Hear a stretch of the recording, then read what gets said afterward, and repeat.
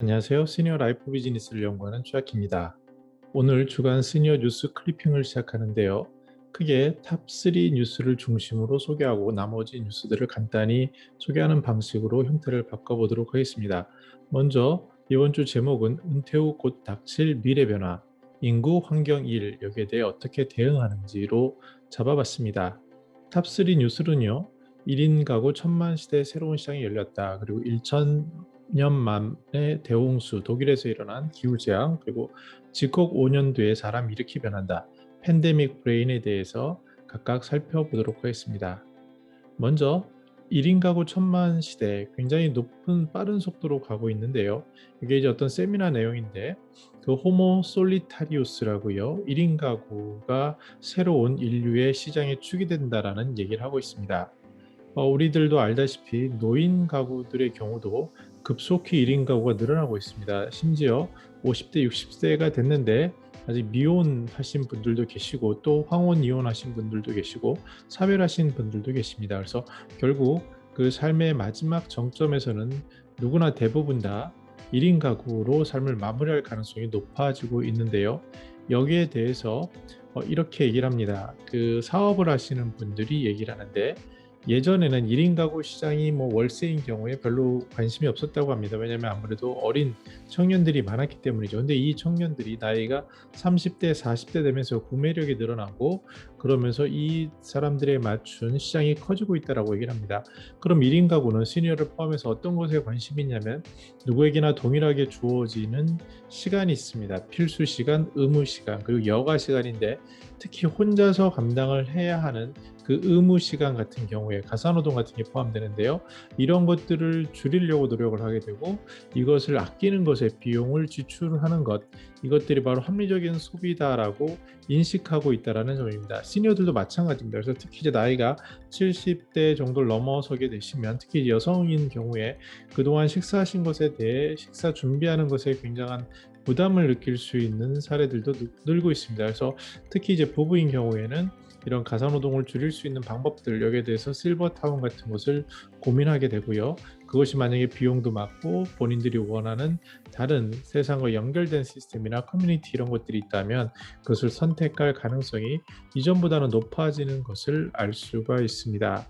여기에 대해서 또 세탁소 같은 경우 예를 드는데 이미 시장은 변하고 있는 것을 느낄 수 있다라고 하고요. 또 청소 매니저 이런 부분, 뭐 배달이나 이런 것들 우리는 이미 변화하고 있다는 것을 알고 있습니다. 그래서 우리가 눈을 가릴 뿐인데요. 저도 이제 최근에 또 여전히 많은 그 다양한 사람들을 만나고 인터뷰를 그 줌을 통해서 주로 하고 있는데 그러면서 저도 깜짝깜짝 놀랍니다. 우리가 알고 있었던 고정관념의 그 시대 이것은 이미 변하고 있고 특히 인구 구조의 변화 그리고 특히 그 세대별로 생각하는 방식이 어마어마하게 다르구나. 그래서 모든 세대도 똑같은 눈으로 보면 안 되는 것이 당연한데 더 나아가서 시니어층, 노년층에 있어서도 그 연령대별로 삶의 단계별로 특히 경험별로 어마어마하게 다른 분들이 있구나라는 것을 인식하는 것, 그 미래를 예측하는 데 있어서 굉장히 필요한 방법이라고 생각을 합니다. 또 하나 이번 주 뉴스는요, 요새 기후재앙 엄청난데 독일의 경우입니다. 비교적 굉장히 선진국이라고 할 수 있는 서유럽, 특히 독일 같은 곳에서 사람들이 많이 불우한 그 폭우로 돌아가시는 일들이 생겨나고 있습니다. 거의 100년 만의 일이라고 하는데 또 조금 더 깊이 있게 보면 1000년 만의 대홍수라고 하는데 이런 것들은 대부분 우리가 잘 아는 열돔 현상에 기인을 합니다. SLB 채널에서도 최용규 박사님이 지금 연재를 하고 계신데요. 예를 들어서 가장 쉬운 게 그 땡볕에 자동차를 놔뒀을 때 문을 다 막았을 때 그때 그 열을 발산하지 못하면서 생기는 일들 그것을 해소하기 위해서 폭우가 내리는데 그 독일 같은 경우도 굉장히 선진국이지만 예측할 수 없을 정도의 엄청난 그 비가 쏟아졌다라는 겁니다. 그래서 메르켈 총리 같은 경우도 이제 더 중시해야겠구나라고 하는데, 특히 이제 요새 저희가 탄소 제로 이런 기후 협약 이런 것에 우리들도 많이 알고 있지 않습니까? 근데 여기에 대해서 현지인들, 서유럽 사람들이 느끼는 체감은 그 이전과는 엄연히 다를 거고요. 특히 미국에서도 요새 그런 현상들이 나타나고 있기 때문에 세계 리더들이 느끼는 그 체감은 다릅니다. 우리 같은 경우도 이번 주에 뭐 장마라 그러지만 굉장히 더운 날씨들이 계속되고 있습니다. 이러한 변화는 너무나도 어떻게 보면 당연할 것으로 보여지고 더욱더 가속화될 것으로 보여지는데, 코로나 기후에 탄소를 절감한 비율이 전체 510억 톤 중에 3%밖에 그치지 않았다라는 그러한 보고들을 보면 씁쓸함을 알 수 있고, 이러한 변화는 기후변화 시대에 우리에게 새로운 어젠다로 대출될 건데요. 특히 독일 같은 경우에는 벌써 이미 주요 선거 의제가 됐다라고 합니다. 그렇다면 모든 변화하는 속도 이런 것들은 우리가 생각하는 것보다 더욱더 체감해서 나타날 것이고, 우리가 몇 년 전만 하더라도요, 그 미세먼지, 특히 중국에서 오는 황사 이런 것들에 대해서 굉장히 민감하지 않았습니까? 이런 것들에 대한 인식들은 더욱더 강해질 거고, 우리가 생각하는 친환경의 세대는 코로나와 함께 더욱더 빨리 갈 겁니다. 여기 또 이제 어느 정도 과장될 수도 있지만 이런 뉴스가 나왔습니다. 집콕 5년 뒤에 사람이 이렇게 변하는데, 팬데믹 이후에 내외 구조가 변화된다라는 뉴스가 있어서 좀 충격을 주고 있습니다. 그 이유는 뭐냐면 하루 종일 앉아서 일을 하는데 집과 사무실의 구분이 없어지고요. 또 멍한 느낌이 나고 업무가 끝나도 어떠한 불안감이 있고 TV 드라마를 봐도 줄거리를 모를 수 있다라고 얘기하고 있습니다. 가디언지에서 나온 그 캠브리지대 대학의 그 바바라 사하키안 교수의 얘긴데요. 이렇게 코로나로 있다 보면은 마치 지하 벙커에 갇힌 사람들과 같은 그런 유사한 일이 생겨날 것이다라고 얘기를 합니다. 근데 시니어들을 보면서 이런 현상을 우리들은 그 볼 수 있습니다. 최근에 특히 이제 시니어들이 거동도 불편하시고 나가기도 불편하고 그러니까 집에 계시는 경우가 많죠. 거기다가 이제 소일거리 같은 경우도 젊은 사람과 달리 거의 없다 보니까 정말 그 상태 자체로 멍한 상태가 되는 거고요. 그러면서 신체 구조가 특히 몸을 안 쓰면 저하가 되는데, 특히 시니어에게 중요한 것은 걷기 기능입니다. 그래서 걷기가 모든 것의 기본적인 척도인데, 이런 쓰지 않는 것으로 인해 걷는 것이 불편해지고, 그러다가 이제 와상 환자가 되고 그러면 이제 돌이키기 어려워지는데, 이런 것이 또 경도 인지 장애와 같은 그런 착각을 주기도 할 수 있는 여지가 늘어납니다. 즉 자극들이 적기 때문에 하루 종일 집에 계시기 때문에 생기는 일인데요. 현실적으로 체중이 늘고 불안이 늘고 수면이 질고 피부는 더 푸석해지고 햇빛도 잘 못 보니까요. 또 살은 찌고 일하는 사람 같은 경우에는 등이 굽는다라고 얘기를 하고 있습니다. 대처법은 간단합니다. 땀 흘려서 운동을 하고 음악 감성 같이 사소한 것에 즐거움을 찾고 또 명상으로 극복하라고 얘기하는데, 어떻게 보면 이것들이 우리의 삶에 있어서 중요한 부분일 것 같습니다. 뭐 음악 이렇게 듣는 거 시간 낭비 아니야? 그렇지 않은 것 같습니다. 이렇게 작게 자기가 사소한 것을 통해서 즐기고, 특히 이제 시니어인 경우에 트로트가 있어서 그나마 코로나를 이겨나겠다라고 많은 분들이 말씀하시는데, 그 집에서 땀 흘려 운동할 수 있는 방법도 찾아보면 그 방법이 없는 것은 아닙니다. 결국 본인이 어떻게 하느냐의 문제고요. 그리고 명상으로 극복할 수 있는 이런 것들, 특히 이제 시니어인 경우, 특히 고연령자인 경우에는 다행히 백신 주사를 대부분 맞으셨기 때문에 특히 아침, 여름에는 새벽에 운동하기 좋습니다. 저도 최근에 이제 여름에 6시 전후에서 이렇게 운동을 나가는데요.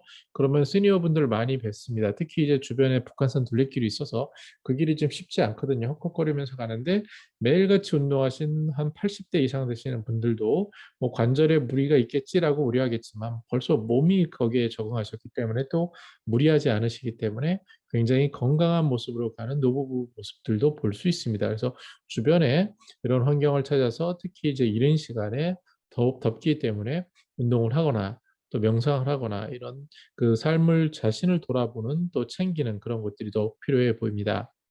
네, 이렇게 세 가지 뉴스를 드렸고요. 나머지 부분들 중에서 이번 주에 있었는데 좀 소개 안 하기에는 아쉬운 부분들을 간단히 소개하면요.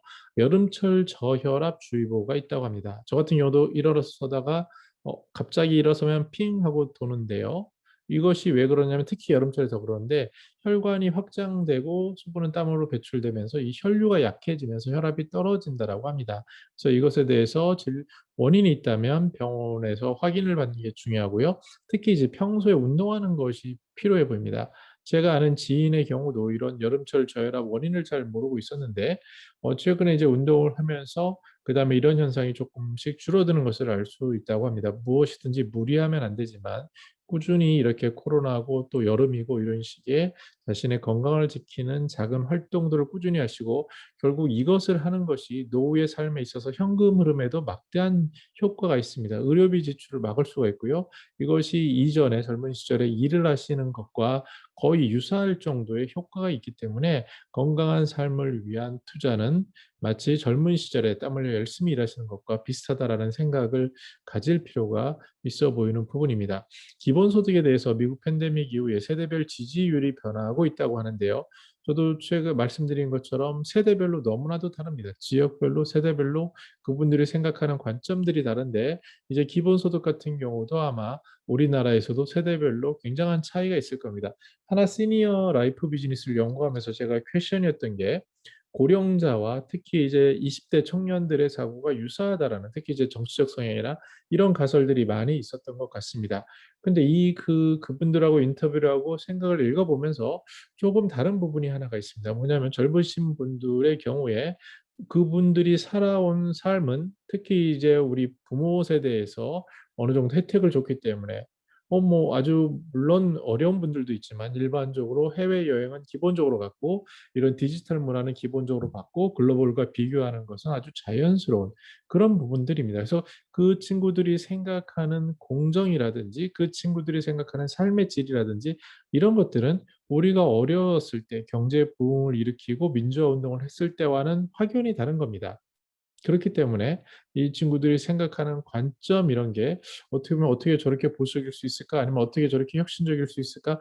여러 가지가 오고 가지만 중요한 것들은 그 사람들이 살아오던 시대의 동선을 따라 시간과 공간과 경험을 속에서 자신들이 가지고 있는 숙제에 대해 관점을 보는데 저는 좋게 보는 부분은 이 친구들이 보는 관점은 글로벌 관점, 디지털 관점이 있다라는 부분입니다. 그래서 이런 부분들이 이제 영향을 미칠 것이고 우리가 그 점차 세부적으로 각 세대별로 맞춤형으로 접근 정책이든지 전략이든지 그런 것이 너무 필요한 시기가 아닌가라는 생각을 해 보았습니다.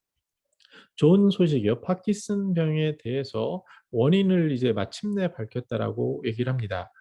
미토콘드리아가 손상된 폐기물이 뉴런에 쌓인 건데 쉽게 얘기하면은 이 속에 뇌 쪽에 관련된 곳에 뭐 청소하는 단백질 이런 것이 제 기능을 못하고 또 그다음에 이 혈관 속에 뭔가 그 쓰레기 같은 것들이 계속 막혀 있다 보니 그 뇌에서 자극을 일으키고 반응을 하는 것들이 약해진다라는 그런 가설에 점점 가까워지는 것 같습니다. 그래서 저희 항상 강조하다시피 시니어 라이프의 조명진 대표께서는 그런 말씀을 많이 하시는데 몸에 있는 산성화 그리고 몸에 있는 노폐물들을 없애는 것들이 그 가장 필요한 것 중에 하나라고 강조를 하는데 저희들도 어떤 통합적 관점에서 이러한 것을 볼 필요가 있고요. 그런 관점에서 본다면 우리가 어떤 것을 해야 되는지에 대해서도 답이 더 명확해지지 않나 라는 생각입니다. 그러나 의학 세계, 과학에서 검증된 것까지는 일단은 뭔가 막는 것이 있고 그것들은 이렇게 손상된 폐기물인 거고요. 그것을 원래 청소를 해줘야 되는데 그 과학적으로는 잠을 자면서 수면 시간에 주로 많이 발생을 한다고 합니다. 그래서 충분한 수면 그리고 그 공복 이런 것들이 이어져야 될 것이고요. 그 시간에 그 다시 조절하는 단백질도 어떠한 제대로 장애를 발생시키면서 몸과 뇌에 영향을 주지 않는가. 이런 것들 외에 물론 이제 음주라든지 알코올성 치매라든지 또는 이전에 그러면서 또 기억력에 있어서 이런 것이 있습니다. 장기적인 기억들은 비교적 많이 기억할 수 있지만 단기적인 것들은 이런 노폐물에 의해서 그 작용이 잘 안 된다라고 저는 물론 전문가가 아니기 때문에 제 말로 소화해서 얘기하기는 어렵지만 아마 관심 있는 부분들은 건강마마라는 유튜브를 통해서 한번 보시기 바랍니다. 조명진 대표께서 이런 부분을 설명하고 계신데요. 어찌 됐건 제 얘기는 이러한 것들에 대한 원인 그리고 통합적인 관점 이런 것에서 우리의 삶을 바라볼 필요가 있다라는 겁니다. 이렇게 이제 시니어들이 자신들의 경험을 이렇게 유튜브로나 콘텐츠로 알리는 분들이 늘어나고 있는데요. 특히 이제 손잘 TV가 등장을 해서 이거는 손주를 잘 키우는 지혜를 전수한다고 합니다.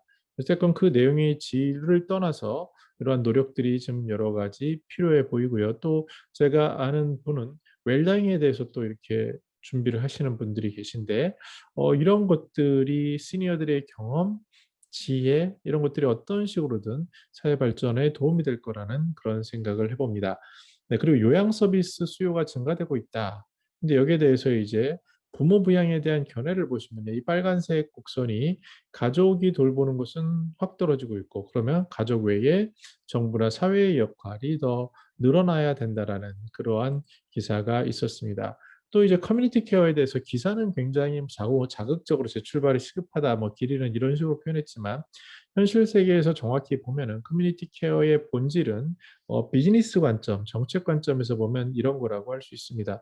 정부에서 그 비용이 많이 발생을 하는데, 그런데 이 고객들이 정부 입장에서는 어떤 시설을 짓는 비용 대비 그것보다는 어르신들이 원하는 살던 곳인 집에서 케어를 받을 수 있는 구조로 만들어 가겠다라는 것이 이제 숨어 있는 거고요. 그러다 보면 그것이 결국 이루어질 것은 어르신들이 사는 살던 곳인데 그곳에 체계를 갖춰야 된다는 거고요.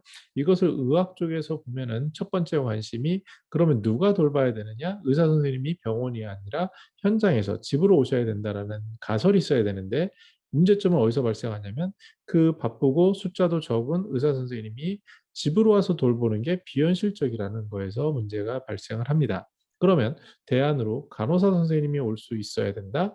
그다음에 원격 진료로 뭔가 해지해야 된다라고 하지만 이것도 아직까지 각각의 이해관계나 어떤 시스템의 문제나 이런 것들로 인해서 풀리지 않는 매듭들이 있는 거죠. 그래서 그 정부에서는 이렇게 생각할 수밖에 없죠. 그러면은 그 비용이나 이런 것을 고려했을 때 시니어들이 만성 질환이나 일반적인 것들은 1차 진료 기관, 즉 살던 곳 주변의 동네 의원 같은 거죠. 그곳에서 해결할 수 있으면 좋지 않을까라는 가설을 세우는데 이것조차도 굉장히 뭐 생각하지 못할 문제들이 있고 특히 시니어 입장에서는 당신의 몸에 관련된 거기 때문에 정확한 진단과 정확한 평가에 대한 특히 그 대학병원이라든지 이런 종합병원에 대한 그런 수요가 굉장히 큰 것들이 맞물려 있어서 그것이 수치로 비용 문제에서 나타나고 있는 것이 현상입니다. 그래서 여기 서울대의 이주일 교수께서는 이런 것을 대안으로 말씀하고 계십니다. 뭐냐면 보건진료소의 역할, 특히 농어촌에서는 중요하니까 여기를 좀 강화를 하는데 보건진료소에 간호조무사나 요양보호사, 사회복지사 인력을 추가 배치하자. 이런 얘기고요. 또 병원급 이상에서는 이제 아까 말씀드린 커뮤니티 케어가 병원에 있는 분을 집으로 모셔야 되면 어떤 게 필요하냐면 꼭 병원에 안 계셔도 되는 분들을 지역 사회로 연결하는 커뮤니케이터가 필요하거든요. 근데 병원에서는 이미 풀로 찼으니 이분들을 위해서 의료사회복지사를 채용을 해서 정착할 수 있게 돕자라는 어떻게 보면 굉장히 현실적인 그 조언이라고 볼 수 있겠습니다. 근데 큰 방향에서 보면은 이 방향은 이어질 거고요. 그리고 큰 국가 정책으로 보면 시니어들의 삶에 관련해서 예방이 더 중요해집니다. 그렇기 때문에 예방하는 활동들, 특히 이제 검진도 강화될 거고, 그러면 검진은 결국 두 가지 요소지 않겠습니까? 장비와 그것을 보는 경험 있는 의사의 그 판단, 이런 것들인데, 이것들도 점차 인공지능이나 아니면 점차 기술적인 혁신으로 어느 순간 나아질 것으로 보이고 특히 우리 몸에 칩을 놔서 그 상태를 본다라는 그러한 아주 획기적인 솔루션들도 검토되고 있는 것으로 알고 있어서 어느 순간에는 우리의 삶은 더 나아질 것이고요. 그럼 점차 자리를 잡아갈 것인데 한 가지 중요한 정책의 방향성, 앞으로 이제 뭐 선거 결과에 따라 또 방향은 바뀌겠지만 중요한 것은 노인들의 생각, 즉 내가 살던 곳에서 나의 돌봄이 이루어지는 그런 것들에 대한 그 노력들이 늘어날 것인데 제가 한 가지 그 자신 있게 제 3자 입장에서 말씀드릴 수 있는 것은 제가 소비자도 보고 그다음에 정부 정책도 보지만 이쪽 보건복지 쪽에 계신 그 공직자분들의 열정이나 그 디테일이나 이런 것들은 타 부서에 대비해서 굉장히 뛰어나다라는 그런 생각을 여러 번 받습니다. 아주 사소한 그런 현장 이런 지침에서도 책임자들이 정말 애정을 가지고 보는 모습들을 많이 봤고 특히 이제 질병관리청이 그랬죠. 예전에 지금처럼 되기 전에. 그래서 그런 모습들을 보면 아 이런 노력들은 정말 우리나라가 글로벌 탑일 수 있고 그런 배양이 되겠구나라는 어떠한 기대감을 줄 수도 있는 부분이라고 할 수 있습니다. 그것이 드러나는 것이 외국에서 다시 역이민을 오는데 그중에 이제 큰 요소 중에 하나는 바로 이런 의료 체계 때문이라고 얘기를 하고 있고 우리나라의 시니어들도 막상 어려운 중대 질병에 걸려 보시면 아는데 그 체감하는 부분들이 나아지고 있기 때문에 우리들도 더욱더 이런 노력들에 박수를 보낼 필요가 있고요. 또 응원도 필요하고 더 중요한 것은 자신의 문제이기 때문에 앞에서 본 것처럼 운동을 한다든지 예방을 한다든지 이런 것에 더욱더 관심을 갖는 노력이 필요해 보입니다. 그게 결국 개인이 잘하는 것이 국가의 어떤 비용이라든지 체계에도 큰 도움이 된다는 것을 명심할 필요가 있어 보이지 않나 생각이 들고요. 또 그다음은 일자리에 관련된 겁니다. 이것도 이제 점차 강화될 건데 일자리를 어떻게 찾을까에 대한 본질적인 고민에 대해서 민간 쪽은 협력이 필요하고 민간 쪽에서는 그 필수적인 요소가 필요한데 그러려면 일자리를 제공하는 사람들의 자질이 뒷받침돼야 됩니다. 이 자질은 크게 두 가지로 보여지는데 하나는 그 전문 분야에 대한 지식, 두 번째는 그 조직과의 소통입니다. 근데 전문 분야의 그 전문성이라는 것은 일부 있을 수 있지만 대부분의 경우에 지금처럼 급격히 기술이 발달할 때는 시니어들이 부족한 경우가 많고요. 서로 있다 하더라도 더 큰 문제는 기존 어린 젊은 사람들과 소통하는 부분은 굉장히 아직 많이 부족한 거죠. 특히 일을 주는 사람 입장에서는 굉장히 불편한 게 있습니다. 그러나 우리나라 시니어들은 액티브 시니어 중심으로 굉장히 빠르게 바뀌기 때문에 이 부분도 어느 순간 바뀔 거고요. 특히 큰 틀에서 봤을 때 그 생산 가능 인구가 줄어들기 때문에 이 부분에 대한 필요성은 더욱더 높아지겠죠. 근데 지금 현 단계에서 어떤 것이 가장 최적의 방안이냐라는 것을 저도 귀동냥도 많이 하고 특히 이제 소비자들과 만나면서 그런 좌담회나 이런 걸 통해서 이해를 하는데 그 하나 확실한 것은 이런 것 같습니다. 명확히 있는 일자리. 지금 이제 경남 지역에서 하고 있는 한국노인인력개발원은 이쪽에서 뭐 모든 것을 총책임하는 그런 조직인데요.